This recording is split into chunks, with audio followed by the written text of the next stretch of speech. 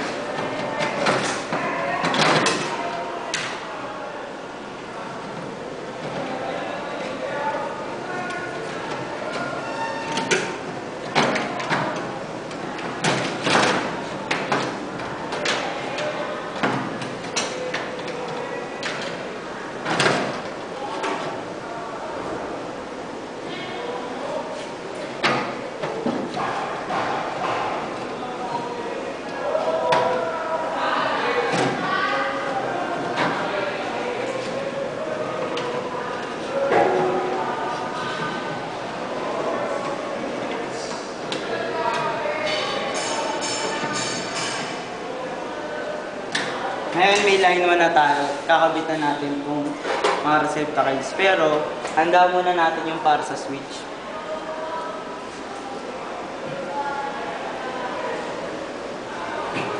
Dahil 3 switch siya, gagawin natin yung sa itong line 2 na para sa switch, kailangan natin siyang pagduktong-duktongin para isang circuit ng kuryente pati lang yung dumadaan. Para kung ano yung dumaan na kuryente dito, dadaan siya dyan, dadaan din siya sa kabila.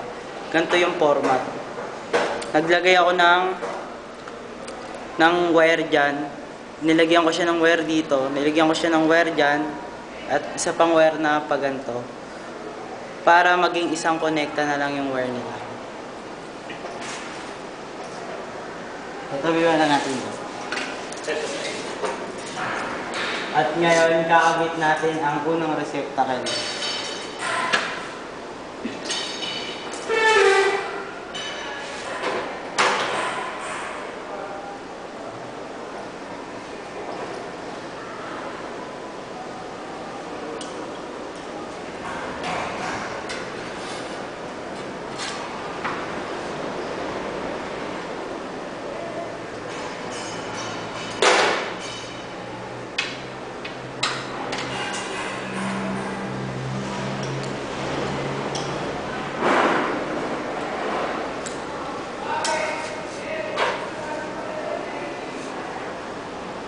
So, bali napansin nyo, naglagay ako